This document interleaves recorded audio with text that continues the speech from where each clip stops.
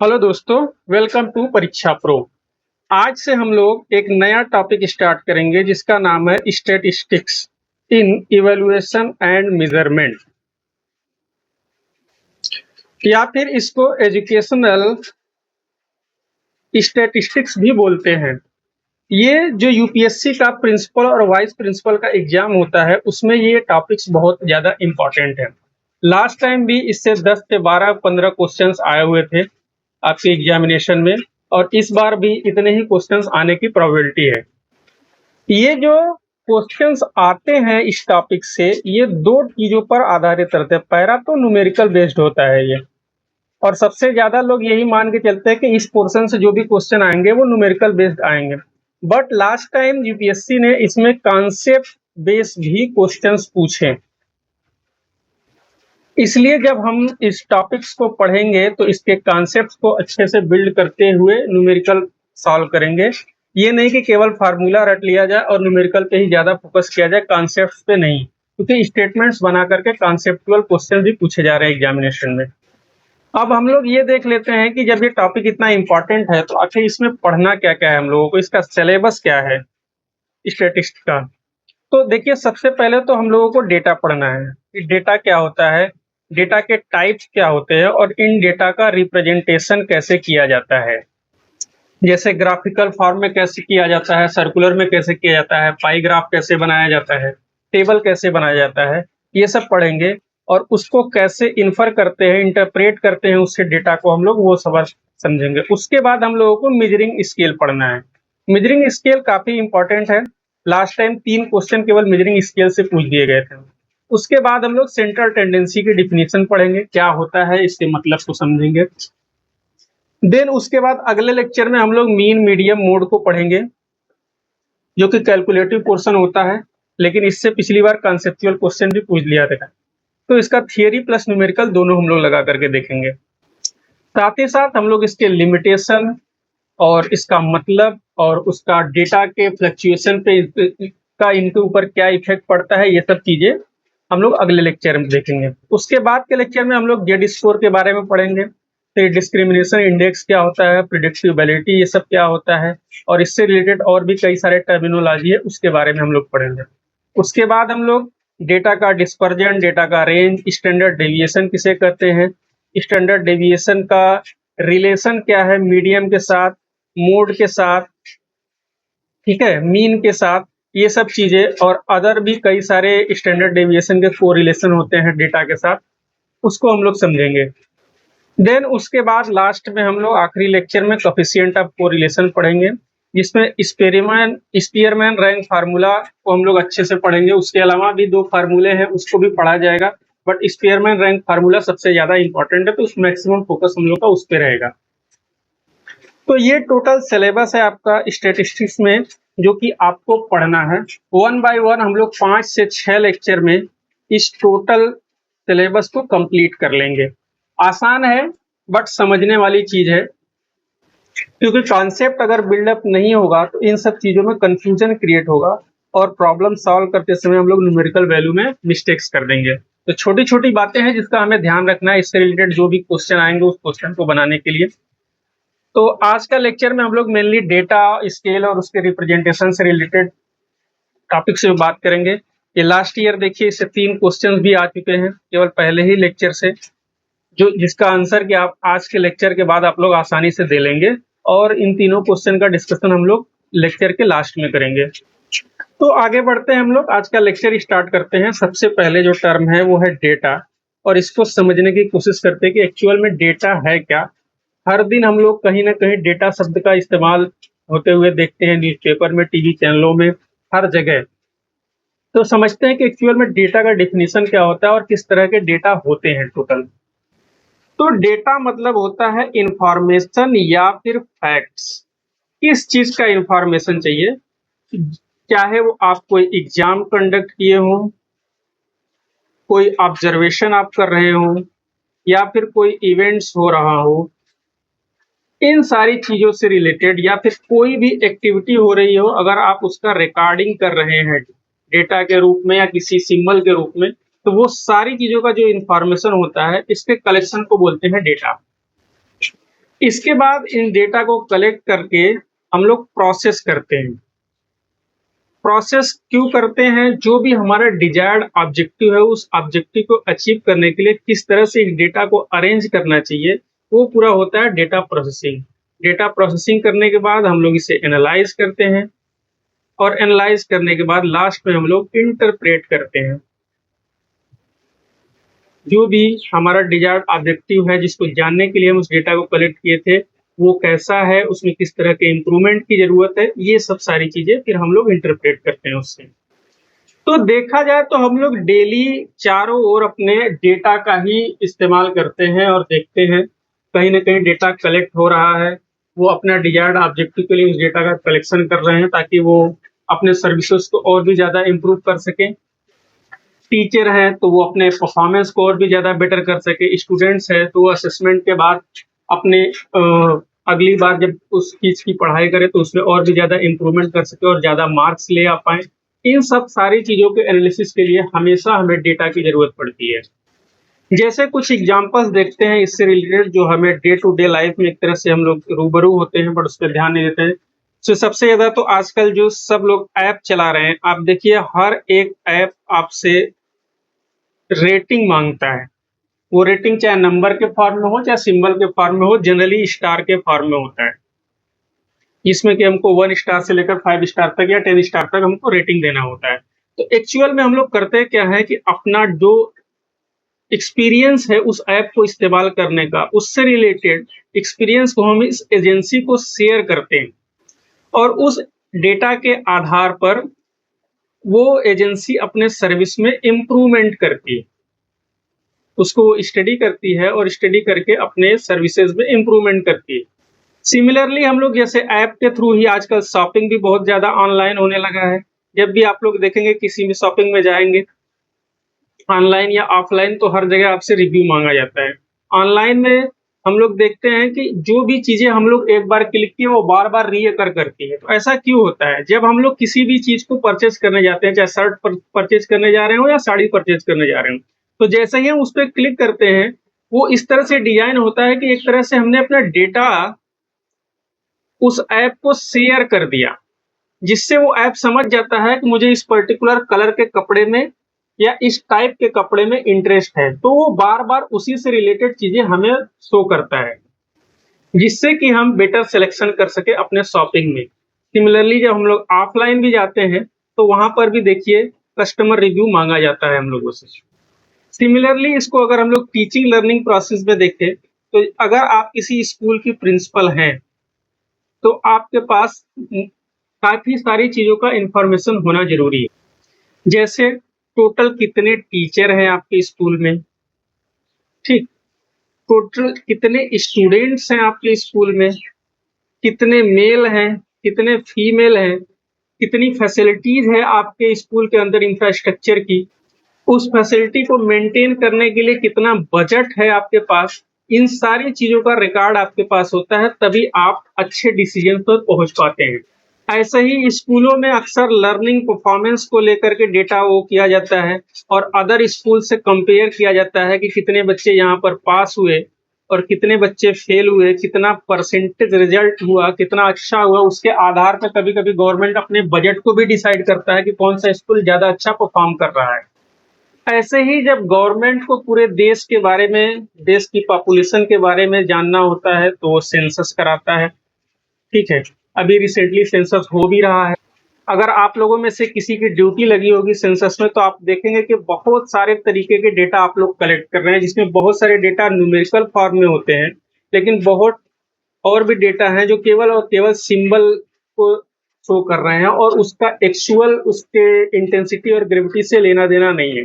जैसे वो पूछते हैं कि आपका पक्का मकान है या अभी कच्चा मकान है, तो केवल आपको यस या नो टिक करना होता है या उसकी जगह पे 1 या नो की जगह पे 2 इस तरह से फिल करना होता है। तो आपके पास पक्का मकान है तो वो कितना बड़ा है, कितने स्क्वायर फुट एरिया में है, कितने कमरे हैं उसमें, 1 हैं या 10 हैं, इन सारी चीज़ों से इस डेटा के कलेक्शन का लेना-देना नहीं है। ये सिर्फ़ ये जानना चाहता है कि आपके पास पक्का मकान है या कच्चा मकान है। लिटरेसी कितनी है, कितने लोग पढ़े लिखे हैं, कितने ग्रेजुएट हैं, कितने हाई स्कूल पास है केवल, उनका इनकम क्या है, वो क्या करते हैं, इस तरह से डेटा कलेक्ट करता है गवर्नमेंट और उसके बाद तमाम वेलफेयर योजनाओं के लिए उसी डेटा के इंटरप्रिटेशन से लिस्ट बनाता है कि किसको कौन सी फैसिलिटी दी जाए और किसको कौन सी फैसिलिटी नहीं दी जाए। सिमिलरली अनएम्प्लॉयमेंट को लेकर के भी गवर्नमेंट अक्सर टाइम टू टाइम सर्वे करते रहती है। मिनिस्ट्री ऑफ लेबर इसमें कई सारे सर्वे और रिपोर्ट निकालता है। तो ओवरऑल जो डेटा और इसका डिफिनीशन समझने से जो मतलब है वो ये है कि हमें किसी भी चीज के डिसीजन मेकिंग में डेटा का बहुत बड़ा रोल है। अगर एक्चुअल और एक्यूरेट रिजल्ट पे पहुंचना है तो हमारे पास सफिशिएंट डेटा होना चाहिए और उसका क्लियर कट इंटरप्रिटेशन होना चाहिए हमारे पास। इसके बाद आपने नोटिस किया होगा यहाँ पर कि जो एग्जाम्पल हमने दिए और भी बहुत सारे एग्जाम्पल है जिसे आप सोच सकते हैं अपने माइंड में।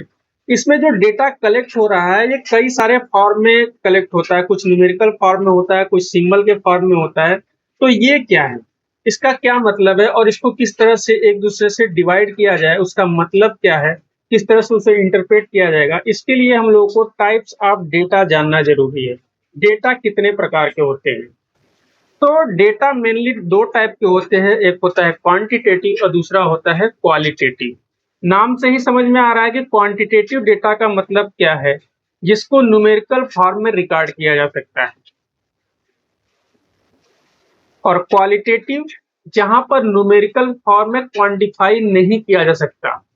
ठीक है, तो उसे सिंबल के रूप में या उस सिंबल को, उस क्वालिटी को कोई एक न्यूमेरिकल डेटा असाइन कर दिया जाता है, बट उस न्यूमेरिकल डेटा का उसके क्वालिटी से कोई भी कोरिलेशन नहीं होता। कहने का मतलब ये है कि जो क्वालिटेटिव डेटा है इसमें क्वालिटी से रिलेटेड सर्वे होता है या किसी भी चीज के कैरेक्टरिस्टिक से रिलेटेड होगा या इमोशन हो, फील हो, इन सब चीजों से रिलेटेड डेटा कलेक्ट किया जाएगा और उसको कोई नंबर या कोई सिंबल असाइन कर दिया जाएगा। ठीक है, बट उसे हम लोग क्वांटिफाई नहीं कर सकते। जैसे मान लीजिए आप बहुत टायर्ड फील कर रहे हैं और उस टायर्डनेस को आपने 5 या 3 नंबर असाइन कर दिया, तो आप एग्जैक्टली कितना टायर्ड फील कर रहे हैं इस समय, या कितना ज्यादा हैप्पी फील कर रहे हैं इस समय, ये चीजों को क्वांटिफाई कभी नहीं किया जा सकता। सिमिलरली आप रेस्टोरेंट में खाना खाने गए, आपको खाना अच्छा लगा, डिलीशियस लगा, एवरेज लगा या खराब लगा, इसको आप कैटेगराइज तो कर सकते हो लेकिन उसे कोई नंबर असाइन नहीं कर सकते क्योंकि वो फीलिंग है आपका। 5 लोग खाना खाने गए, किसी को बहुत ज्यादा डिलीशियस लग सकता है, बाकियों को एवरेज लग सकता है। ठीक है, तो ऐसे डेटा जो होता है इसीलिए उनको अलग टाइप दिया जाता है और इनको डिस्टिंक्ट ग्रुप में या लेबलिंग या टैग, इन सब के थ्रू उनको कैटेगराइज किया जाता है। जैसे इसको एग्जाम्पल से समझते हैं। एग्जाम्पल में सबसे पहले आप देखिए कलर है। ठीक है, आपके पास ब्लैक हो, व्हाइट हो, रेड हो, मैरून हो, ठीक है, ये सब कलर है। अब इसको आपको कलेक्ट करना है कि आपका फेवरेट कलर कौन सा है इसमें से। तो मान लीजिए आपका ब्लैक अगर फेवरेट है, आपने इसे 1 नंबर दे दिया, व्हाइट को आपने 3 नंबर दे दिया, रेड को आपने 2 नंबर दे दिया। तो इस 1 का इस ब्लैक से कोई कनेक्शन नहीं है, ये 1 डिफाइन नहीं कर सकता ब्लैक को। आप इसे चाहे तो इसे 5 स्टार भी दे सकते हैं, आप इसे चाहे तो 5 नंबर भी दे सकते हैं, बस ये एक कैटेगराइजेशन का तरीका है। सिमिलरली अगर आपको जेंडर का डेटा अगर कलेक्ट करना हो, तो जेंडर में जब आप कलेक्ट करने जाएंगे, आप मेल या फीमेल या ट्रांसजेंडर, इन 3 पार्ट में इसको दे सकते हैं, इसको कोई नंबर असाइन नहीं कर सकते। और अगर मान लीजिए आपको स्कूल की क्वालिटी के आधार पर रेट करना हो स्कूलों को, तो वहां पर भी आप उनके क्वालिटी को जज कर रहे हो, तो आप उसे पर्टिकुलर नंबर तो आप दे दोगे कि ये 5 स्टार स्कूल है या 3 स्टार स्कूल है, लेकिन वो 5 स्टार उसकी क्वालिटी को पूरी तरीके से जस्टिफाई नहीं करा पाएगा, क्योंकि हो सकता है स्कूल के अंदर कुछ चीजें बहुत ही ज्यादा अच्छी हो और कुछ चीजें केवल एवरेज हो। तो ओवरऑल आपको केवल उसका परफॉर्मेंस के आधार पे आपको जज करना होता है। तो आप 5 स्टार दे रहे हैं तो उस 5 स्टार में आप उसके हर एक क्वालिटी को अलग अलग पैरामीटर के थ्रू नहीं नाप रहे हैं। ऐसे ही और एग्जांपल जैसे मान लीजिए आप लोगों को फूड वाला मैंने बताया कि रेस्टोरेंट पे आप जा रहे हैं, वहाँ पर आपको डिलीशियस, एवरेज, नॉर्मल ऐसे रेट करना हो, ये सब एग्जांपल है। होटल में आप ट्रैवलिंग में जा रहे हैं, होटल का आपको रिव्यू देना हो, ठीक है? कपड़े के ब्रांड्स जो हैं, उनको रेट करना हो। ये सब चीज़ें क्वालिटी के आधार पर इस तरह का चीज़ों का कैटेगराइज़ेशन किया जाता है। तो ये सारी चीज़ें क्वालिटेटिव डेटा से रिलेटेड थी, जहाँ पर क्वालिटी, कैरेक्टर, फीलिंग ये सब चीज़ों, इमोशन, इन सब चीज़ों की डेटा कलेक्ट करना हो, वहाँ पे क्वालिटेटिव टाइप के डेटा का हम लोग यूज़ करते हैं। दूसरा जो है, जो ज़्यादा इम्पोर्टेंट है, वो है क्वांटिटेटिव डेटा। क्वांटिटेटिव डाटा मतलब ऐसे जो डाटा जिनको हम न्यूमेरिकल फॉर्म में शो कर सकें, रिकॉर्ड कर सकें। ये इसको फर्दर 2 भागों में डिवाइड किया जाता है। एक को बोलते हैं डिस्क्रीट डेटा और दूसरे को बोलते हैं कंटीन्यूअस डेटा। कंटीन्यूअस का मतलब क्या है? कोई भी चीज लगातार हो, किसी भी फॉर्म में उसको मेजर किया जा सके, इंक्लूडिंग फ्रैक्शन। अगर उसकी फ्रैक्शन वैल्यू भी है तो उसको भी हम रिकॉर्ड कर सकते हैं, वो फ्रैक्शन एग्जिस्ट करता है। बट वहीं पर जब हम लोग डिस्क्रीट डेटा की बात करते हैं तो यहाँ पे केवल और केवल नंबर को होल नंबर में ही रिप्रेजेंट किया जा सकता है। ऐसे डेटा जो फ्रैक्शन में रिप्रेजेंट किए जा सकते हैं वो डिस्क्रीट डेटा नहीं कहलाते। इसीलिए कहा जाता है कि जो डिस्क्रीट डेटा है उसमें नंबरों के बीच में गैप पॉसिबल है, यानी गैप गैप होता है। ठीक, इसको एग्जाम्पल से समझते हैं हम लोग। डिस्क्रीट डेटा के कोई भी एग्जाम्पल, जो भी नंबर हम फ्रैक्शन में नहीं शो कर पाते वो डिस्क्रीट डेटा है, हमने यही पढ़ा। जैसे नंबर ऑफ स्टूडेंट्स जो आज स्कूल आए हुए हैं, तो ये 5 होंगे, 10 होंगे, 500 होंगे, ठीक है? लेकिन ये 500.5 नहीं हो सकते। क्यों? क्योंकि जो भी बच्चा आएगा वो पूरा कंप्लीट आएगा, आधा नहीं आएगा। ऐसे ही नंबर ऑफ एम्प्लॉई या नंबर ऑफ टीचर्स जो आ रहे हैं स्कूल में, वो भी हमेशा और हमेशा होल नंबर होगा, इंटीजर होगा। सिमिलरली वो टीचर्स कितने सब्जेक्ट्स पढ़ाता है, अगर केवल इनकी गिनती करना हो तो ये भी होल नंबर रहेगा, ठीक है? स्कूल के अंदर कितने वैन चल रहे हैं बच्चों को ले आने ले जाने के लिए। तो जब हम लोग केवल डायरेक्ट नंबरों की काउंटिंग करते हैं, वो चीजें सब की सब डिस्क्रीट डेटा में आती हैं।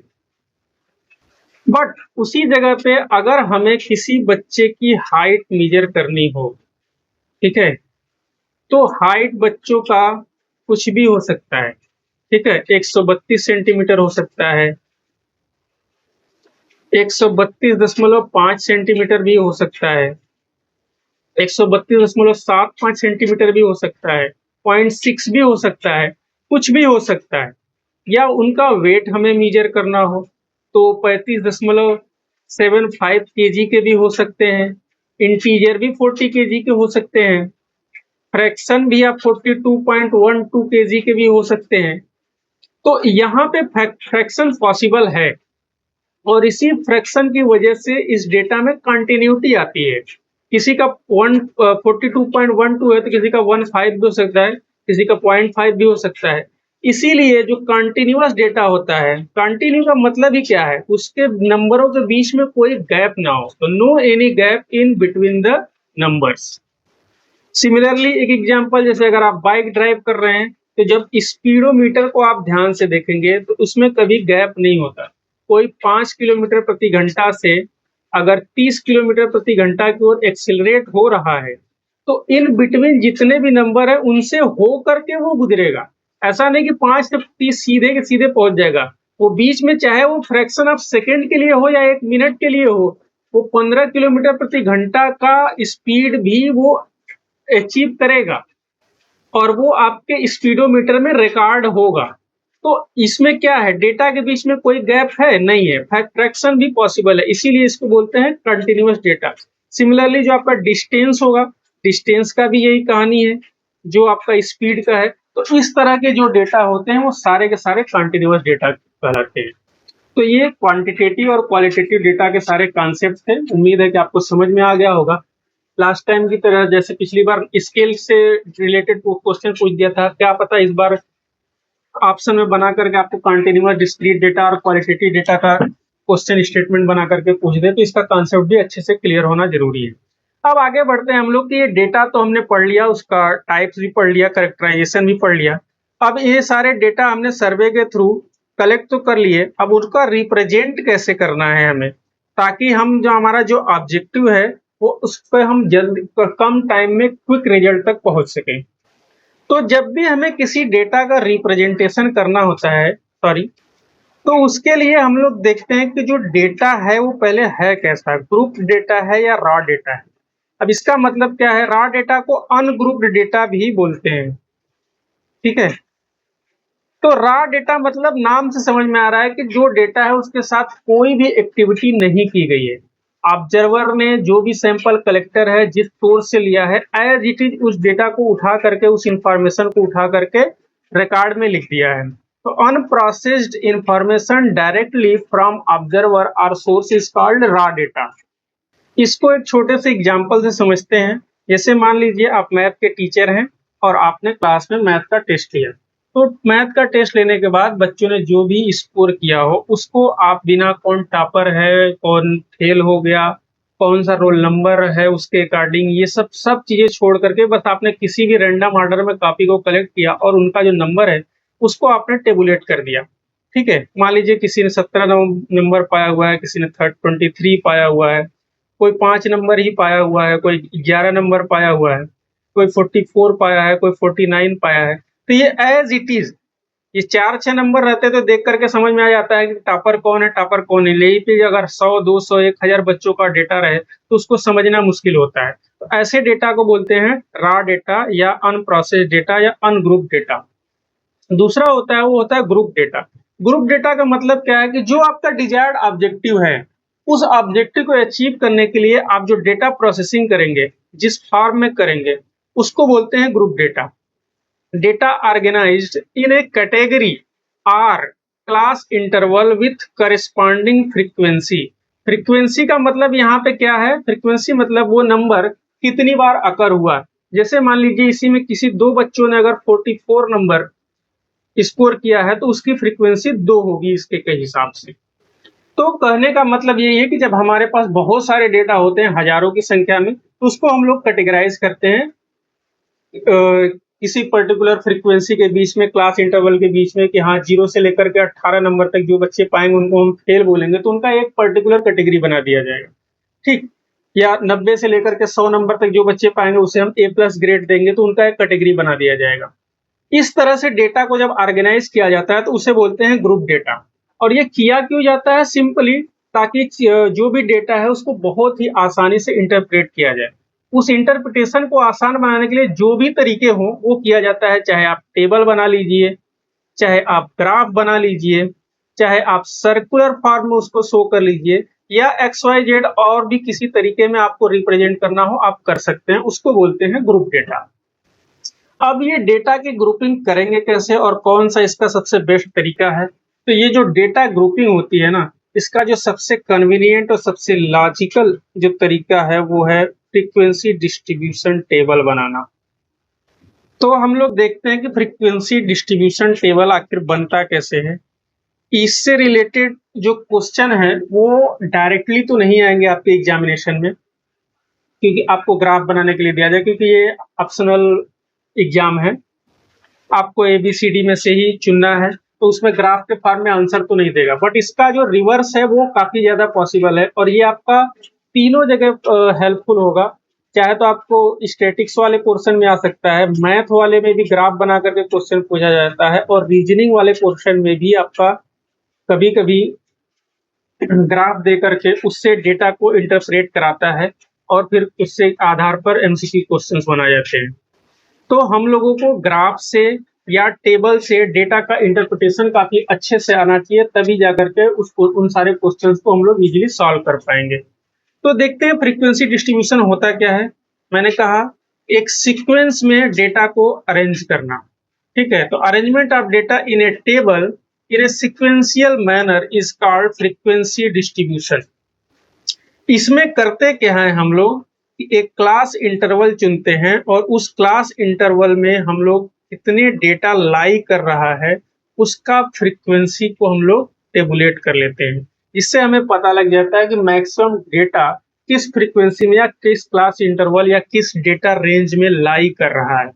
तो ये काफ़ी हेल्पफुल हो जाता है इंटरप्रिटेशन में। फ्रीक्वेंसी किसे कहते हैं? मैंने पहले ही बताया था कि नंबर ऑफ केसेज़ हो या नंबर ऑफ डेटा हो या नंबर ऑफ ऑब्जेक्ट्स हो, किसी भी कैटेगरी में, किसी भी क्लास इंटरवल में, उसको बोलते हैं फ्रीक्वेंसी। अब ये फ्रीक्वेंसी डिस्ट्रीब्यूशन टेबल बनता कैसे है, इसको एक एग्जांपल से हम लोग अच्छे से समझते हैं। मान लीजिए मैंने यहाँ पे एक डेटा लिया हुआ है, 30 स्टूडेंट्स का डेटा है जिन्होंने मैथ का एग्जामिनेशन दिया था, और जो नंबर आया वो सर जी ने ऐसे ही लिख दिया, और इससे हमें बोला गया कि आप इसका फ्रीक्वेंसी डिस्ट्रीब्यूशन टेबल बना करके हमें दीजिए। तो एफडी बनाने का एक फिक्स जो है वो सेट ऑफ तरीका है कि आपको स्टेप बाय स्टेप ये प्रोसेस करना है, आपको आसानी से ये बन जाएगा। जिसमें सबसे पहले हम लोग क्या करते हैं कि जो डेटा है उसका रेंज कैलकुलेट करने की कोशिश करते हैं। रेंज कैलकुलेट करने के बाद हम लोग जो क्लास इंटरवल बनाना होता है उसका साइज हम लोग कैलकुलेट करते हैं, साइज ऑफ क्लास इंटरवल, ठीक है।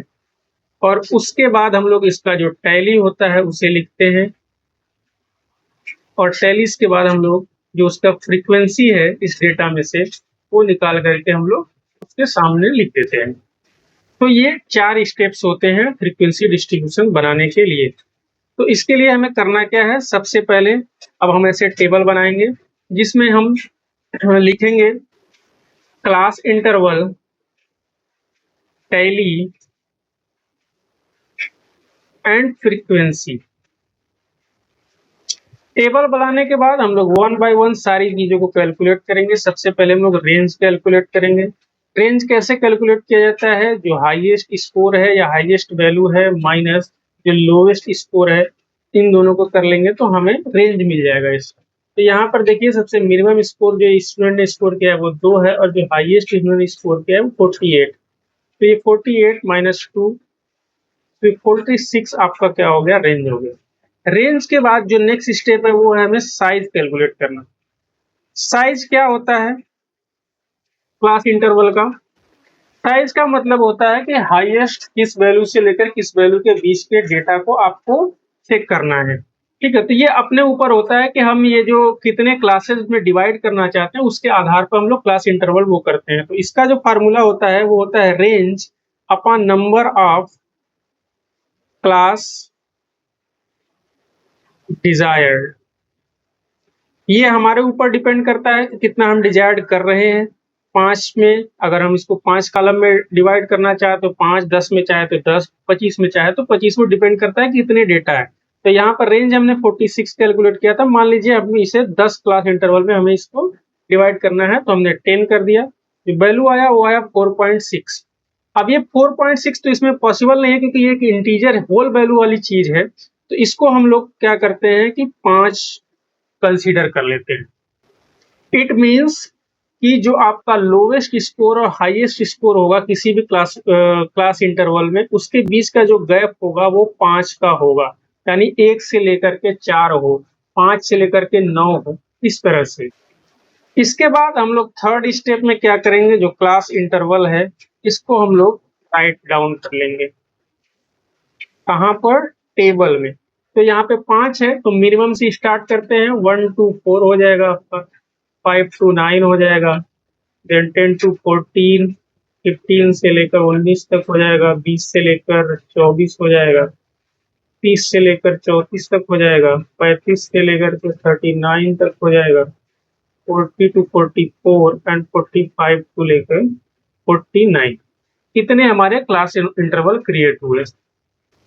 सॉरी, यहाँ 25 से लेकर के 24 जो है वो छूट गया था, ठीक। तो ये टोटल हमारे क्लास इंटरवल क्रिएट हुए। उसके बाद हमें ये जो हमें रा डेटा मिला हुआ था ऊपर 30 स्टूडेंट्स का, इनको हम लोग काउंट करेंगे। जैसे 1 to 4 है तो 1 to 4 क्लास इंटरवल में कितने डेटा लाई कर रहे हैं इसको उठा करके फ्रीक्वेंसी के जगह पर रख देना है। जैसे 1 to 4 में यहाँ पे सिर्फ एक नंबर है 2, इसको हम लोग 1 लिख दिए यहाँ पे। साथ ही साथ आपको इसका टैली भी लिखना है। टैली लिखने का क्या तरीका है ये बता देते हैं। अगर कोई भी डेटा एक बार आ रहा है तो एक वर्टिकल लाइन, 2 बार आ रहा है तो 2 वर्टिकल लाइन, 3 बार आ रहा है तो 3 वर्टिकल लाइन, 4 बार आ रहा है तो 4 वर्टिकल लाइन, ऐसे खींचते हैं। लेकिन जब वो डेटा 5 बार आ गया तो 5 वर्टिकल लाइन न खींच करके जो 5वीं लाइन होती है वो ऐसे डायगोनल होती है और इसको कट कर दिया जाता है। ये काउंटिंग में काम आता है। तो ये है टैली लिखने का मेन तरीका। जैसे यहाँ पर 1 आ रहा है तो एक वर्टिकल लाइन हम ड्रा कर देंगे। 5 to 9 में आप कैलकुलेट करेंगे तो देखेंगे 2 आएगा। 10 to 14 में 0 है तो इसकी फ्रीक्वेंसी 0 हो गई, टैली भी 0 हो गया। 15 से 20 में आप ऑब्जर्व करेंगे तो 3 आएगा। सिमिलरली सभी के सभी डेटा यहाँ पर आ जाएंगे। ये 2 आएगा, ये 7 आएगा, ये 6 आएगा, ये 4 एंड ये 1 आ जाएगा। और उसी के करिस्पॉन्डिंग हम लोग इसका टैली भी लिख देंगे। यहाँ पे देखिए 7 लिखना है तो इसका टैली कैसे लिखाएगा? 4 वर्टिकल लाइन, देन कट कर दिया 5 हो गया एंड देन 2, ये 7 हो गया। सिमिलरली 6 के लिए 4 वर्टिकल लाइन कट कर दिया 5 हो गया और 1 ही लिख दिया 6। और 4 के लिए तो 4 वर्टिकल लाइन, फिर अगेन 4 वर्टिकल लाइन और 1 के लिए 1 वर्टिकल लाइन। तो ये आपका जो है फ्रीक्वेंसी डिस्ट्रीब्यूशन टेबल पूरी तरीके से बन के तैयार हो गया। अब हो सकता है कि एग्जाम में आपका इस तरह से टेबल बना करके आपको क्वेश्चन पूछे और 2-3 क्वेश्चन इस टेबल पे बना दे। जैसे मान लीजिए आपसे पूछ दे कि टोटल नंबर ऑफ स्टूडेंट्स कितने हैं, तो ये जितने फ्रीक्वेंसी है इसका जो सम होगा ये होते हैं नंबर ऑफ स्टूडेंट्स, क्योंकि यहाँ पे स्टूडेंट्स की बात हो रही है। Summation of frequency is equal to 30, इसको कैपिटल एन से भी शो करते हैं। मान लीजिए आपसे ये क्वेश्चन पूछ जाए कि सबसे ज्यादा बच्चे किस नंबर रेंज में लाई कर रहे हैं, तो आप देखिए यहाँ इसकी फ्रीक्वेंसी हाईएस्ट है, यानी 7 बच्चे हैं जो 25 से लेकर के 29 नंबर के बीच में स्कोर कर रहे हैं। सबसे लीस्ट कौन है? तो 10 से लेकर के 14 के बीच में आप देखिए फ्रीक्वेंसी 0 है। इट मीन्स कि कोई भी बच्चा 10 से लेकर 14 के बीच में स्कोर नहीं किया हुआ है। तो इस तरह से डेटा हम लोग इंटरप्रेट करते हैं किसी भी टेबल से। अब इसको ग्राफ फॉर्म में अगर रिप्रेजेंट करना हो डेटा को ज्यादा अट्रैक्टिव वे में शो करने के लिए, तो इसके कौन कौन से तरीके हैं ये हम लोग देख लेते हैं। तो अगला जो हमें पढ़ना है वो है ग्राफिकल रिप्रेजेंटेशन ऑफ डेटा। अब जो पहला सवाल आपके मन में आएगा कि ऊपर टेबल इतना आसानी से बन तो गया और सारी चीजें डिसिफर हो गई, तो क्या जरूरत है इस चीज को ग्राफिकल फॉर्म में शो करने की? देखिए जब नंबर ऑफ डेटा काफी ज्यादा होता है ना, तो उसका जो न्यूमेरिकल लिखना और उसको इंटरप्रेट करना वो बहुत ही ज्यादा कॉम्प्लेक्स और डिफिकल्ट हो जाता है। तो उस तरह के डेटा को ग्राफिकल फॉर्म में रिप्रेजेंट करके सिंप्लीफाई किया जाता है, इसलिए ग्राफिकल रिप्रेजेंटेशन जरूरी है बड़े डेटा।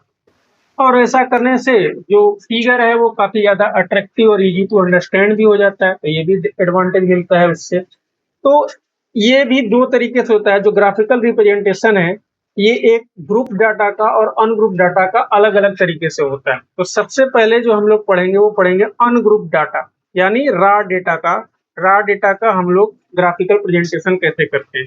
एक तरीका तो इसका जनरल वाला रूल है जो हम लोग पढ़ते आए हैं, हाई स्कूल में भी पढ़े थे। एक्स वाई ग्राफ बनाना है, एक वेरिएबल को एक्स पर रखना है, एक वेरिएबल को वाई पर रखना है और करस्पॉन्डिंगली हम लोग को वो पॉइंट ड्रा कर देना है और ड्रा करके एक लाइन बना देनी है। जैसे मान लीजिए एक डेटा यहाँ आ गया, एक यहाँ आ गया, एक यहाँ आ गया, तो इन सबको हम लोग इस तरह ड्रा कर लेंगे। ये हो गया अपना एक्स वाई प्रिंसिपल। अदर जो मेथड है अनग्रुप डेटा को शो करने के लिए वो ये 4 तरीके होते हैं। एक होता है पिक्टोग्राम, दूसरा होता है बार डायग्राम बना देना या पाई चार्ट बना देना या फिर लाइन डायग्राम बना देना। अब एक एक करके हम लोग देखेंगे कि ये चारों बनते कैसे हैं। इसमें सबसे ज्यादा जो इम्पोर्टेंट है वो है पाई ग्राफ। पाई ग्राफ से क्वेश्चन अक्सर पूछे जाते हैं।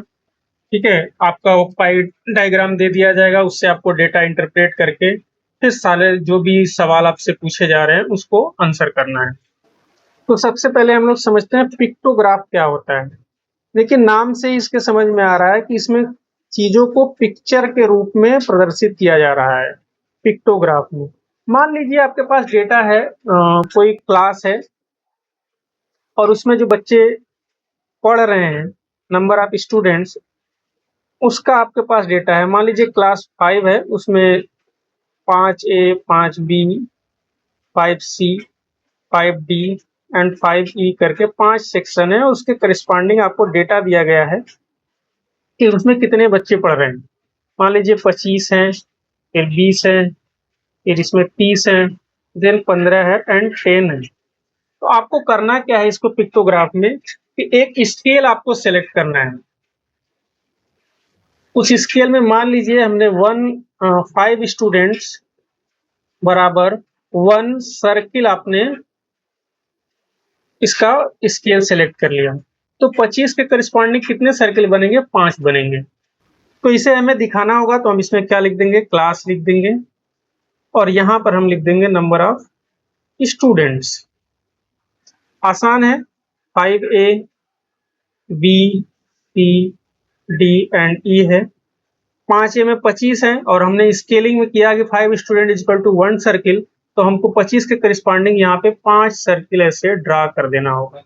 ये स्केल आप कुछ भी मान सकते हैं। 20 में 4 हो जाएगा, 30 में 6 हो जाएगा, 15 में 3 हो जाएगा और इसमें 2 हो जाएगा। ये बन गया आपका पिक्टोग्राम। तो ये सिंपल है, ये ज्यादा पूछता भी नहीं है, न ज्यादा डेटा को इस तरीके से शो किया जाता है। दूसरा जो है उसको बोलते हैं बार, ठीक है, बार ग्राफ या फिर बार डायग्राम। इसको समझते हैं। बार डायग्राम ज्यादा बन करके आता है किसी भी क्वेश्चन में। मान लीजिए आपको ये सेम डेटा जो ऊपर दिया हुआ है इसी को आपको बार डायग्राम में कन्वर्ट करना है। इसके लिए आपको क्या करना है? एक्स एक्सिस और वाई एक्सिस ड्रा करने हैं और आपको वर्टिकल बार के थ्रू चीजों को दिखाना है, रेक्टेंगुलर बार के थ्रू। एक्स एक्सिस पे मान लीजिए आपने सारे क्लास को शो कर दिया और वाई एक्सिस पे आप नंबर ऑफ स्टूडेंट्स जो हैं, जो डेटा दिया हुआ है उसको आपने शो कर दिया। तो यहाँ पर हम लोग जो 5A, 5B, 5C, 5D and 5E, ये 5 सेक्शन थे क्लास 5 के। ये 5 को हमने इस पे ड्रा कर दिया और इस पे नंबर ऑफ स्टूडेंट, जहाँ पर ये दोनों एक्सिस कट करते हैं ये हमेशा 0 होता है। उसके बाद 5 का मल्टीपल है तो 5 के आधार पे स्केलिंग करते हैं, 5, 10, 15, 20, 25 एंड 30 एंड सो ऑन। इसके बाद जो करस्पॉन्डिंग क्लास है उसके अगेंस्ट में कितने स्टूडेंट्स है उस उतने साइज का हमें बार बना देना है। जैसे यहाँ पे 5M में 25 है तो ये देखिए इसका जो स्केलिंग है इसको हम 25 तक बढ़ा देंगे। तो ये बता दिया कि इसमें 25 बच्चे हैं। सिमिलरली 5B में 20 है तो इसको हम यहाँ पे 20 शो करा लेंगे। तो जो 20 का लाइन है, 20 का पॉइंट है, उसके करस्पॉन्डिंग हमारे बार की यहाँ पर साइज हो जाएगी। ठीक, ये ऐसे ही 5C में हमारे 30 हैं तो हम 330 के अकॉर्डिंग बार का हमारा लेंथ होगा।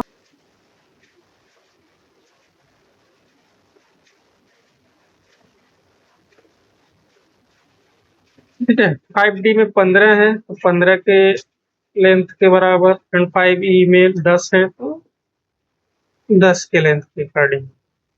ठीक है, इस तरह से हमारा बार क्रिएट हो गया। ये सभी सेम साइज के होते हैं। ठीक है, इसको बनाने में थोड़ा सा, अब इसको ऐसे कलर कर लेंगे अलग अलग कलर से अगर आप लोग, तो ये ज्यादा अपीलिंग लगने लगेगा। इस तरह से डेटा को प्रेजेंट किया जाता है ताकि चीजें ज्यादा आसानी से डिसिफर हो सके। तो इस तरह से हम लोग कोई भी डाटा है उसका बार डायग्राम बना सकते हैं। बार डायग्राम में क्या होता है, एक्स एक्सिस और वाई एक्सिस दो होते हैं। एक्स एक्सिस पे एक डेटा रहता है, वाई एक्सिस पे एक डेटा रहता है। जो बार है वो सभी सेम मतलब चौड़ाई के होते हैं, यहाँ पे अलग अलग है, इसका ध्यान रखिएगा। जो हाइट है बार की ये मेन इंपॉर्टेंट है। यहाँ से मेनली डेटा निकलता है कि कितने नंबर ऑफ स्टूडेंट्स हैं। ये जितने के हैं उसके करस्पॉन्डिंग में आप ऐसे लाइन खींच करके ग्राफ से इजीली उसको अंडरस्टैंड कर सकते हैं कि कितने बच्चे हैं इस क्लास में, या कोई और डेटा दिया हो तो उसको भी। इसके बाद जो तीसरा तरीका है वो है पाई चार्ट का, पाई डायग्राम का, जो भी आप इसको कहिए। ठीक है, पाई ग्राफ, ये सबसे ज्यादा इंपॉर्टेंट है, इसे समझना है। इसको बनाने के लिए या इसका रिवर्स इंटरप्रिटेशन करने के लिए दो चीजों का आपको जानकारी होना चाहिए। एक है परसेंटेज और दूसरा एंगल। तो हमें ये पता होना चाहिए कि परसेंटेज कैसे कैलकुलेट होता है। ठीक है, और उस परसेंटेज के करस्पॉन्डिंग एंगल क्या फॉर्मेशन होगा सर्किल के अंदर। इसके लिए इसको बनाने के लिए भी हम लोग सेम यहाँ पे इसी एग्जांपल का यूज करते हैं। मान लीजिए यहाँ पे जैसे ये नंबर ऑफ स्टूडेंट 25 हैं तो टोटल नंबर ऑफ स्टूडेंट्स यहाँ पे आप निकाल लीजिए 25, 45, टोटल 100 स्टूडेंट हैं। ठीक है, टोटल 100 स्टूडेंट है, यहाँ से परसेंटेज निकालना काफ़ी आसान हो जाएगा। तो जो भी डेटा रहे उसके करस्पॉन्डिंग हमें सबसे पहले यहाँ पे परसेंटेज उसका कैलकुलेट कर लेना है। जैसे यहाँ पे तो सीधे-सीधे ये 25 है तो 25% हो जाएगा, 20 है तो 20% हो जाएगा। ठीक है, तो परसेंटेज कैलकुलेट करना है और उसके बाद जो सर्किल का टोटल एंगल होता है वो होता है 2 पाई यानी 360 डिग्री। ठीक है, तो 100% जो डेटा है इसके करस्पॉन्डिंग जो एंगल फॉर्मेशन हो रहा है वो 360 डिग्री हो रहा है। तो हमें या तो इस पाई चार्ट को परसेंटेज के टर्म में ड्रा करना होगा या तो इसे एंगल के टर्म में। दोनों में से कोई भी एक आपको ड्रा करना होगा या ऐसा दिया रहेगा, इससे आपको डेटा इंफॉर्मेशन कलेक्ट करना है अपने क्वेश्चन का आंसर के लिए। तो हमें जब हमने परसेंटेज कैलकुलेट कर लिया, उस परसेंटेज को हमें एंगल में कन्वर्ट करना है। जैसे यहाँ पे 25% आएगा, 20% आएगा, 30% आएगा, 15% आएगा एंड 10% आएगा। इसके करस्पॉन्डिंग हम सबके करस्पॉन्डिंग एंगल कैलकुलेट कर लेंगे। आप देखिए ये एंगल जो आएगा इसके करस्पॉन्डिंग वो आएगा 90 डिग्री आएगा, देन 72 आएगा, देन 108 होगा। ठीक है, उसके बाद 15% की वैल्यू आएगी आपका 54 डिग्री और 10% की जो वैल्यू आएगा वो आएगा 36 डिग्री। अब ये जो एंगल आपके आए पांचों स्टूडेंट्स के, ये सब आपको इस पे ड्रा करने हैं। तो सर्किल में एंगल आपको ड्रा करने आना चाहिए। एक बेस लाइन हम लोग यहाँ पे इसको ड्रा कर लेंगे और उसके करस्पॉन्डिंग मान लीजिए ये 90 डिग्री है जो पहला एंगल, तो ये 90 डिग्री हमने ड्रा कर लिया। उसके बाद इसको बेस लाइन करना है और दूसरा जो 72 डिग्री का है वो 72 डिग्री का हमने लाइन खींच दिया। फिर 72 के बाद 108 है, 108 खींच दिया हमने। देन आपका फिर 108 यहाँ पर आएगा ऐसे और 54 मान लीजिए ये एंगल ये हो गया और ये आपका 36 डिग्री हो गया। सबके करस्पॉन्डिंग हम नाम लिख देंगे। ये आपका सेक्शन 5A था, देन ये 5B था, ये 5C था, ये 5D था एंड ये 5E था। इसको चाहे तो हम कलर भी कर सकते हैं और भी ज्यादा अट्रैक्टिव फॉर्म में लाने के लिए। अब यहाँ पर आपको या तो परसेंटेज इसका लिखा रहेगा एग्जाम पेपर में या तो इसका एंगल लिखा रहेगा। ठीक है, तो 300 अगर एंगल लिखा रहेगा तो 360 डिग्री से हम लोग चीजों को डिसिफर कर लेंगे और परसेंटेज लिखा रहेगा तो टोटल सर्किल की जो वैल्यू रहेगी वो 100% रहेगी। यानी नंबर ऑफ स्टूडेंट्स अगर उसने दिया हुआ है तो 100% इज इक्वल टू वो नंबर ऑफ स्टूडेंट्स होगा। ठीक, इससे हम लोग रिवर्स ऑर्डर में डेटा को इंटरप्रेट कर लेंगे एंड देन डिजायर्ड क्वेश्चन का आंसर दे लेंगे। तो इस तरह से आपका पाई चार्ट बनता है। इसे बनाने भी आना चाहिए और इससे डेटा को डिसिफर भी करने आना चाहिए अच्छे से। इसके बाद जो लास्ट है आपका लाइन ग्राफ। लाइन ग्राफ कुछ नहीं होता है, वो जैसे एक्स वाई ग्राफ है बिल्कुल सेम उसी टाइप का होता है। एक्स वाई एक्सिस पे आप एक्स एक्सिस पे कोई भी डेटा को क्या नाम है ड्रा कर लीजिए। मान लीजिए आपको एक हफ्ते में अब्सेंट और प्रेजेंट स्टूडेंट्स की संख्या निकालनी है, पता है उसे आपको ड्रा करना है, तो आप उसे आराम से ड्रा कर सकते हैं। एक्स एक्सिस पे आप चीजों को दिन को रख लीजिए और यहाँ पे नंबर ऑफ स्टूडेंट्स को आप रख लीजिए और उसी के करिस्पॉन्डिंग आप एक लाइन बना लीजिए। यहाँ पे नंबर ऑफ डेज आप कर लीजिए, संडे मंडे ट्यूसडे, और यहाँ पे अब्सेंट स्टूडेंट्स की संख्या रख लीजिए। मान लीजिए ये संख्या ऐसे आया, उसको पॉइंट पहले बना लेना है एंड देन पॉइंट के बाद आपको एज इट इज मिलाते चले जाना है। आपका ग्राफ जो है वो तैयार हो गया। इसी को बोलते हैं लाइन ग्राफ। सबसे ज्यादा क्वेश्चन जो आते हैं एग्जाम में वो इन्हीं दोनों से आते हैं, या तो पाई ग्राफ का इस्तेमाल होता है या लाइन ग्राफ का इस्तेमाल होता है। तो ये ध्यान रखिएगा। अब आगे बढ़ते हैं हम लोग कि ये जो ग्राफिकल रिप्रेजेंटेशन है ये ग्रुप डेटा का कैसे होता है। कि ग्रुप डेटा का ग्राफिकल रिप्रेजेंटेशन के कितने तरीके होते हैं, तो ये 4 तरीके होते हैं। एक को बोलते हैं हिस्टोग्राम बनाना, दूसरा frequency polygon, then cumulative frequency polygon, और चौथा जो होता है उसे बोलते हैं ओजीव, या इसी को क्यूमुलेटिव फ्रीक्वेंसी परसेंटेज कर्व भी बोलते हैं। ये जो क्यूमुलेटिव फ्रीक्वेंसी ग्राफ है ना, इसी को परसेंटेज में कन्वर्ट करते हैं। जैसे पाई चार्ट में परसेंटेज या एंगल में करते हैं, उसी तरह इसको जो सबसे बड़ा डेटा होता है उसको 100% दे करके उसी के अकॉर्डिंग ग्राफ ना ड्रा करते हैं हम लोग। तो ये चारों वन बाय वन देख लेते हैं हम लोग। इसके लिए सबसे पहले एक एग्जाम्पल लेते हैं हम लोग, बुक से डायरेक्ट एग्जाम्पल लेते हैं। मान लीजिए ये क्लास इंटरवल है और ये इसकी फ्रीक्वेंसी दी हुई है। इसका हम लोगों को हिस्टोग्राम और फ्रीक्वेंसी पॉलीगन बनाना है। जो डेटा दिया हुआ है वो इस तरह दिया हुआ है 30 से 34 एंड देन 25 से 29, 20 से 24, 15, 19, 10, 14, 5 to 9। ठीक है, इसकी फ्रीक्वेंसी करेस्पॉन्डिंग दी हुई है 8, 5, 3, 6, 2, 1। अब हमें ड्रा करना है इसका हिस्टोग्राम और फ्रीक्वेंसी पॉलीगन। आसान है बनाना। ठीक है, इसके लिए आपको जो सबसे पहला स्टेप है वो करना है कि ये जो क्लास इंटरवल है इसकी लिमिट हम लोग लिख लेते हैं।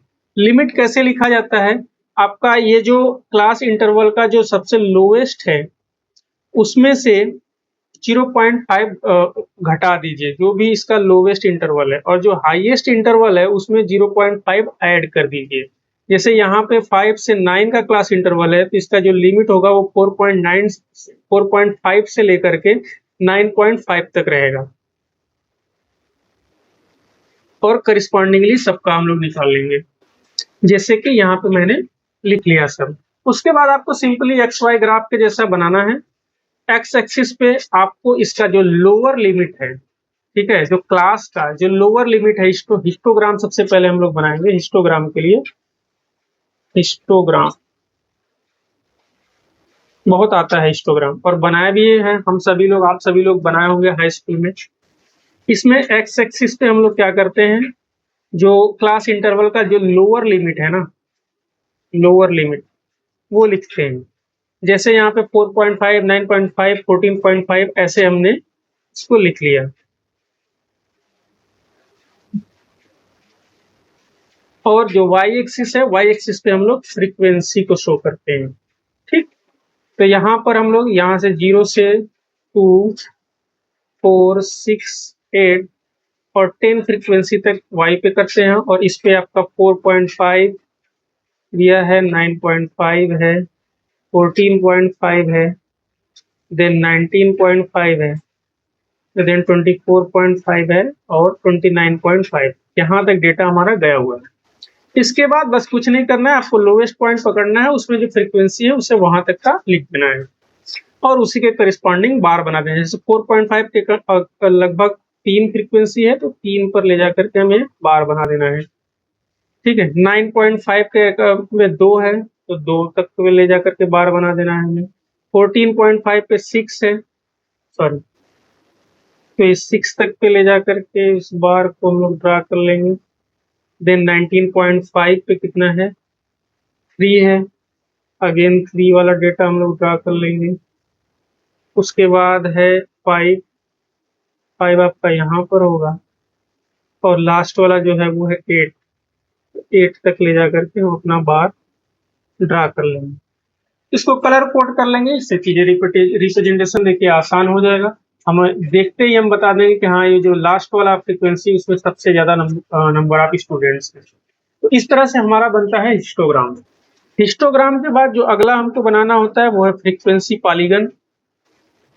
फ्रीक्वेंसी पॉलीगन बनाने के लिए नया कुछ नहीं करना होता है, बस ये जो आपका हिस्टोग्राम है इसी का जो मिड पॉइंट है, इस मिड पॉइंट को इस पे मार्क कर लेना है, और मार्क करके उस पे करिस्पॉन्डिंग हमें हॉरिजेंटल लाइन और स्ट्रेट लाइन खींच देनी है। ठीक है, और आपका जो फ्रीक्वेंसी पॉलीगन है वो रेडी हो जाएगा। जैसे यहाँ पर है मिड पॉइंट, सारे के सारे बार का जो मिड पॉइंट है वो मिड पॉइंट हमने सॉरी उसको मिला करके लाइन खींच दिए। आपका जो रेड वाला है ये आपका फ्रीक्वेंसी पॉलीगन तैयार हो गया। देन उसके बाद हम लोगों को क्यूमुलेटिव फ्रीक्वेंसी पॉलीगन ड्रा करना है।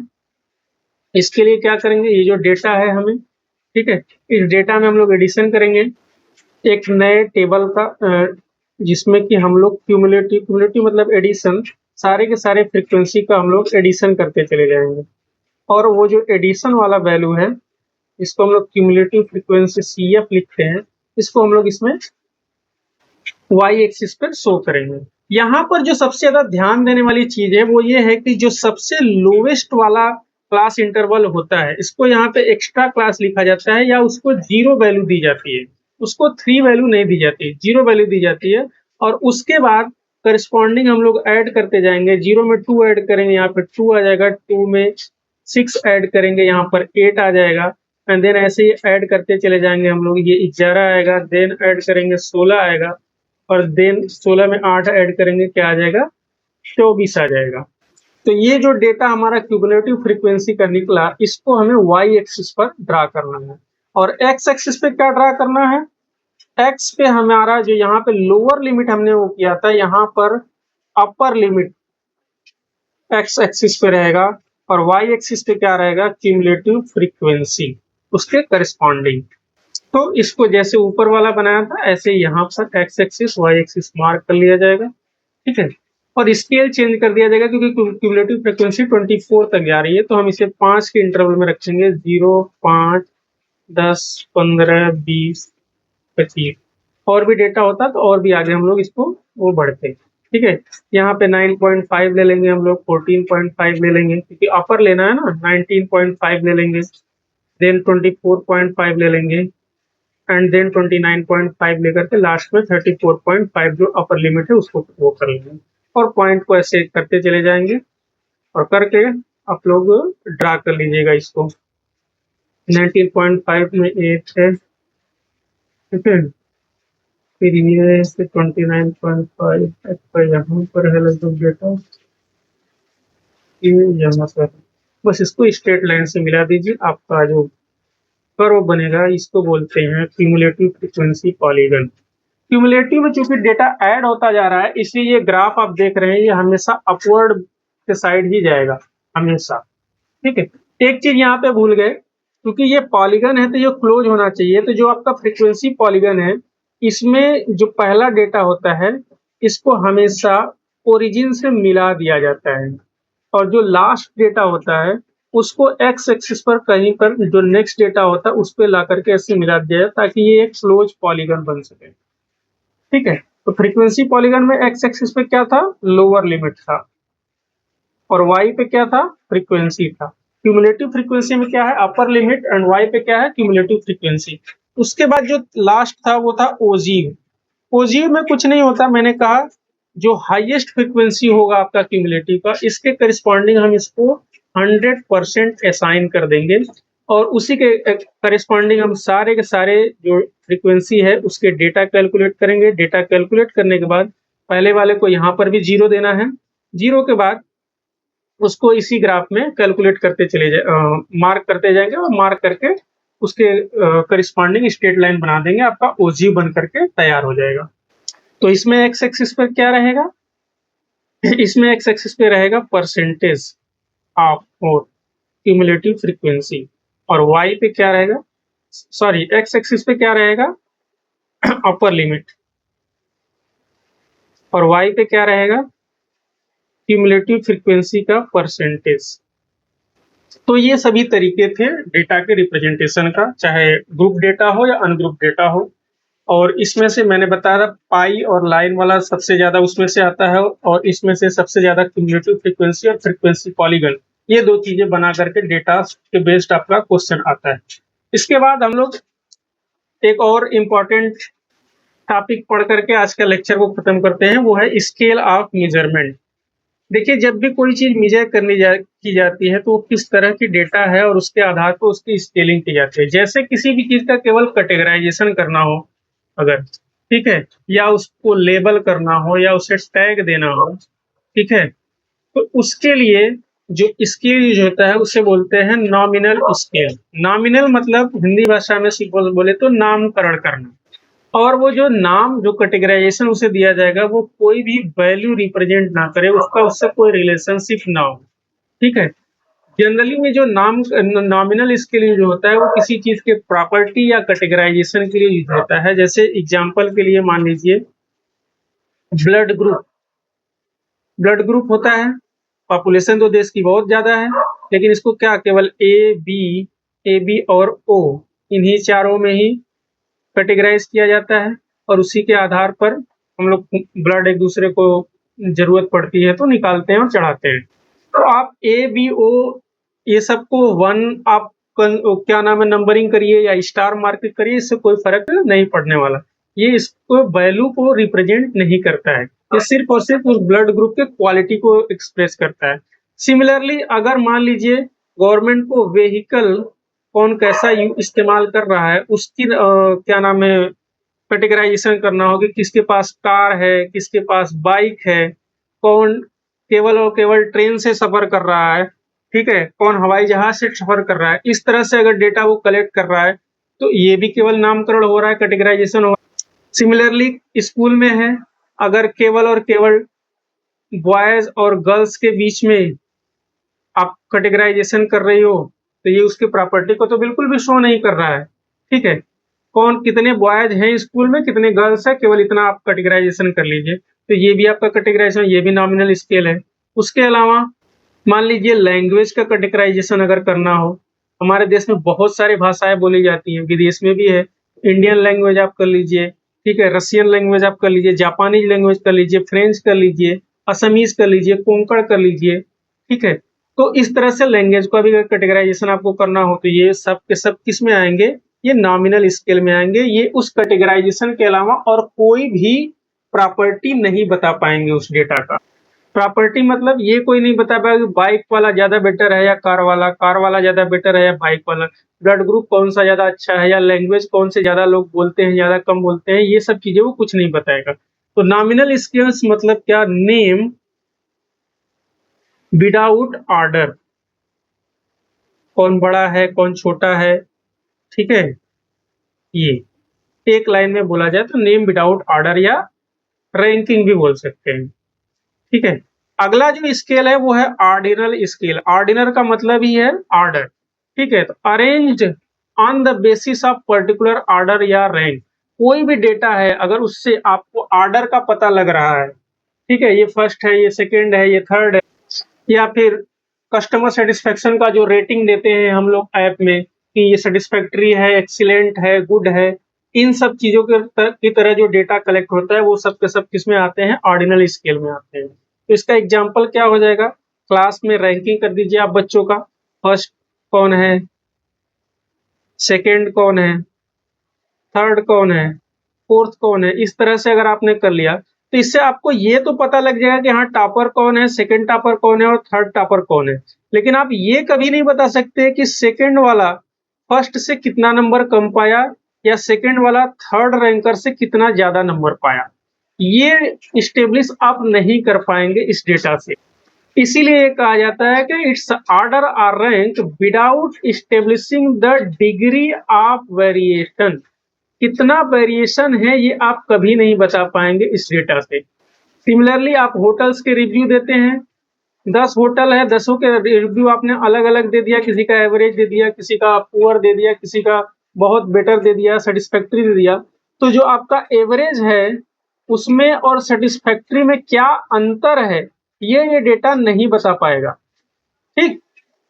इसके अलावा मान लीजिए फूड का मैंने बताया था स्टार्टिंग में, जो फूड से रिलेटेड एग्जाम्पल बताया था वो भी आपका ऑर्डिनल स्केल में ही आएगा। तो कहने का मतलब यह है कि ऐसा डेटा जिसको हम लोग वेरिएशन के बिना बता सकते हैं, ठीक है, without establishing the degree of variation among the data. अगर ऐसा कोई डेटा हमारे पास है और वो ये बता रहा है कि हाँ कौन ज्यादा बेटर है, कौन कम बेटर है, कौन एक्सीलेंट है, उसे हम लोग ऑर्डिनल स्केल पे रिकॉर्ड कर सकते हैं। या आपको कोई चीज दिया और पूछा हो क्या ये ऑर्डिनल स्केल है या नहीं, तो आप उससे सिंपल सा क्वेश्चन पूछिए कि ये किसके पहले या किसके बाद आ रहा है, ठीक है, कम्स बिफोर और आफ्टर। अगर इसका आंसर उससे मिल जा रहा है तो फिर वो ऑर्डिनल स्केल में आएगा, और अगर नहीं आ रहा है तो वो ऑर्डिनल स्केल में नहीं आएगा। और सेम अगर यही आपका नॉमिनल स्केल हो तो इसमें आप उससे क्वेश्चन पूछिए कि ये विच कैटेगरी किस कैटेगरी से ये बिलोंग कर रहा है। अगर आंसर मिल रहा है, ठीक है, तो आप उसे नॉमिनल स्केल कह सकते हैं, अदरवाइज नहीं कर सकते। तीसरा जो स्केल है वो है इंटरवल स्केल। इंटरवल स्केल का मतलब नाम से ही क्लियर हो रहा है कि जो इंटरवल होगा डेटा के बीच में वो फिक्स होगा। ठीक है, numerical scale with equal interval, ध्यान रहे equal interval having same interception, sorry same interpretation.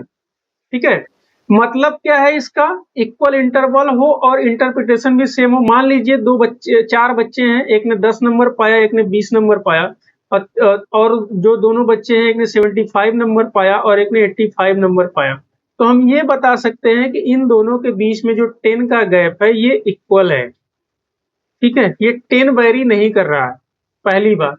दूसरी बात, इसमें जीरो, जो ट्रू जीरो होता है, एब्सोल्यूट जीरो होता है, वो एग्जिस्ट नहीं करता है। यानी ऐसी जो डेटा होगी जिसमें हम जीरो फाइंड नहीं कर सकते, जैसे टेम्परेचर। ठीक है, 0 डिग्री टेम्परेचर का मतलब कभी भी ये नहीं होता कि अब्सेंस ऑफ हीट है ये। ठीक है, अब्सेंस ऑफ हीट इसे नहीं कर सकते, यानी एब्सोल्यूट जीरो नहीं एग्जिस्ट करता टेम्परेचर के केस में। इवन दो -2 डिग्री टेम्परेचर रहेगा तब भी वहां पे हीट रहेगा। और इसे अलग अलग स्केल में अलग अलग तरीके से रिप्रेजेंट कर सकते हैं, जैसे केल्विन हो, फ़ारेनहाइट हो, डिग्री सेल्सियस हो, सबके अलग मतलब है। ठीक, तो टेम्परेचर क्या है, ये एक इंटरवल स्केल है। अब जैसे अगर किसी जगह का टेम्परेचर 10 डिग्री सेल्सियस है और किसी जगह का 30 डिग्री सेल्सियस है, तो आप ये बिल्कुल नहीं कह सकते कि ये इससे 3 गुना ज्यादा हॉटर है। ऐसा नहीं है, बस आप इतना बता सकते हैं कि हाँ, इस जगह का टेम्परेचर इससे 20 डिग्री सेल्सियस ज्यादा है। सिमिलरली आपका जो आईक्यू लेवल आता है, ठीक है, अनदर एग्जांपल, जो आईक्यू है, किसी का 10 है, किसी का 20 है, किसी का 30 है, किसी का 28 है, आप इसके बीच की गैपिंग बता सकते हैं। इनके बीच में कंपैरिजन कभी नहीं बता सकते कि जो 10 आईक्यू वाला है और जो 30 आईक्यू वाला है, तो 30 आईक्यू वाला 10 वाले से 3 गुना ज्यादा है, ऐसा नहीं है। यहाँ एब्सोल्यूट जीरो एग्जिस्ट नहीं करता। अगर किसी की आईक्यू जीरो है, इसका मतलब ये नहीं कि उसके पास इंटेलिजेंस है ही नहीं। उसके पास इंटेलिजेंस है, बट वो पर्टिकुलर पैरामीटर पे हो सकता है स्कोर न कर पाया हो। ठीक, सिमिलरली आपका जो सीजीपीए एसजीपीए होता है, इसमें अगर किसी का सीजीपीए 0 आया है, तो इसका मतलब ये नहीं कि उसने एक भी नंबर नहीं पाया होगा किसी पर्टिकुलर पेपर में। ठीक है, तो एब्सोल्यूट जीरो यहाँ पे भी एग्जिस्ट नहीं कर रहा है, तो इसीलिए जो सीजीपीए है वो भी आपका इंटरवल स्केल में आएगा। ठीक, तो आपका इंटरवल स्केल से क्या क्या चीजें पता लगेंगी, ये ऑर्डिनल स्केल का ही एक्सटेंशन है, जिसमें आपको रैंकिंग भी पता लग सकती है। ठीक है, उसके बाद उससे इंटरवल भी पता लग सकता है। ठीक है, बट उस पे जो कंडीशन सिर्फ एक है कि जो ट्रू जीरो है वो नहीं डिफाइन होनी चाहिए उस डेटा का। ठीक है, तो जहां कहीं भी ट्रू जीरो दिखे तो वो आपका रेशियो स्केल में आ जाएगा, और अगर वो नहीं है तो वो इंटरवल स्केल में आ जाएगा। ठीक, और जो इंटरवल है वो इक्वल होना चाहिए। अगर 10 का गैप है डेटा में, तो हर जगह वो 10 का ही शो होना चाहिए। ये होता है इंटरवल। लास्ट जो है वो है रेशियो स्केल, सबसे ज्यादा इंपॉर्टेंट, सबसे ज्यादा चलन में यही है। ठीक है, इसमें सारी चीजें रहती है। इट्स इंटरवल स्केल, यानी इस इंटरवल स्केल का ही एक्सटेंशन है जिसमें ट्रू जीरो एग्जिस्ट करे। ठीक है, most important scale of measurement, सबसे ज्यादा इंफॉर्मेशन यही देता है। जैसे इसका एग्जांपल, वेट मेजर करना हो अगर आपको स्टूडेंट्स का, तो 0 kg अगर इस पे लिखा गया है तो इट मीन्स कि वो 0 kg है। ठीक है, यहाँ 0 से नीचे नहीं होता है। सिमिलरली अगर आपका हाइट हो, अगर हाइट आप माप कर रहे हैं किसी का, ठीक है, मान लीजिए 165 सेंटीमीटर किसी स्टूडेंट्स की हाइट है, और किसी स्टूडेंट का अगर मान लीजिए कि 0 सेंटीमीटर कह रहा है कि इसकी कोई हाइट ही नहीं है, इट मीन जीरो है, उससे निगेटिव हाइट नहीं हो सकता। तो ट्रू जीरो जो है वो यहाँ पे प्रेजेंट कर रहा है डेटा में। ठीक, ऐसे ही मान लीजिए यहाँ पे किसी का 15 kg वेट रहा होगा। इसके अलावा और एक दो एग्जाम्पल देखते हैं इसका। बच्चों का एज से रिलेटेड अगर आप डेटा कलेक्ट कर रहे हैं, वो भी आपका रेशियो इंटरवल में आएगा, क्योंकि एज 0 मतलब जस्ट बॉर्न। ठीक है, तो सबसे ज्यादा इंफॉर्मेटिव स्केल ऑफ मेजरमेंट अगर आपसे कोई पूछे तो वो कौन होगा, रेशियो स्केल होगा, क्योंकि ये इससे आप इसका रैंक भी निकाल सकते हैं। ठीक है, इंटरवल भी निकाल सकते हैं, कंपैरिजन भी कर सकते हैं कि ट्रू वैल्यू एग्जिस्ट कर रहा है। ठीक है, और उससे जो भी कंपैरिजन से वैल्यू आएगा वो जो रेशियो आएगा वो रेशियो बिल्कुल भी मीनिंगफुल रहेगा। तो ये है रेशियो स्केल। क्लास काफी बड़ा हो गया, आज का क्लास यहीं पे रोकते हैं। ये जो तीनों स्टार्टिंग में क्वेश्चन हमने बताया था इसको एक बार डिस्कस कर लेते हैं, फिर क्लास यहीं पे रोक देते हैं। अगला क्लास कल स्टार्ट होगा मीन मीडियम मोड का। इसमें देखिए इसी स्केलिंग से रिलेटेड जो अभी पढ़ा है इससे रिलेटेड क्वेश्चन आया हुआ है। इसमें पहला है कि वेट, ठीक है, कितने किलोग्राम का वेट जो बच्चे लिफ्ट कर सकते हैं। वेट किसमें हमने बताया, रेशियो स्केल में आया। क्यों? क्योंकि 0 kg का एब्सोल्यूट वैल्यू एग्जिस्ट करती है। तो ये जो पॉइंट 1 है वो करेक्ट है। दूसरा है number assigned consecutively student as they complete the test comprising 50 items का कोई टेस्ट ले रहा है, उसमें जो बच्चों का नंबर है उसके आधार पर कॉन्जिक्यूटिवली, यानी कॉन्जिक्यूटिव मतलब किसी पर्टिकुलर ऑर्डर में, ऑर्डर में आ गया तो ऑर्डिनल स्केल यानी दोनों सही है, सी सही है। यहाँ पे 98 है। रेशियो स्केल में क्या कह रहा है, number of items a student answer correctly in a test comprising 20 items. Yes, ये किया जा सकता है, क्योंकि अगर कोई बच्चा 0 आइटम्स को करेक्ट किया है यानी सारे के सारे क्वेश्चन गलत कर दिया तो वो भी एग्जिस्ट करता है। तो 2 0 यहाँ पे एग्जिस्ट कर रहा है, इसलिए ये रेशियो स्केल में फिट होगा। ठीक, उसके बाद क्या, number assign to different group of student each of solve certain problem by different method. Yes, कोई भी क्वेश्चन है उसको अलग अलग फार्मूले से सॉल्व किया जाता है। मान लीजिए किसी ने फार्मूला 1 लगाया हो, किसी ने फार्मूला 2 लगाया, किसी ने कोई तीसरा ही फार्मूला इजाद कर दिया हो, ठीक है, तो उसको कैटेगराइजेशन किया जा सकता है, इसलिए ये नॉमिनल स्केल पे एग्जिस्ट होगा। इसका भी दोनों स्टेटमेंट सही है।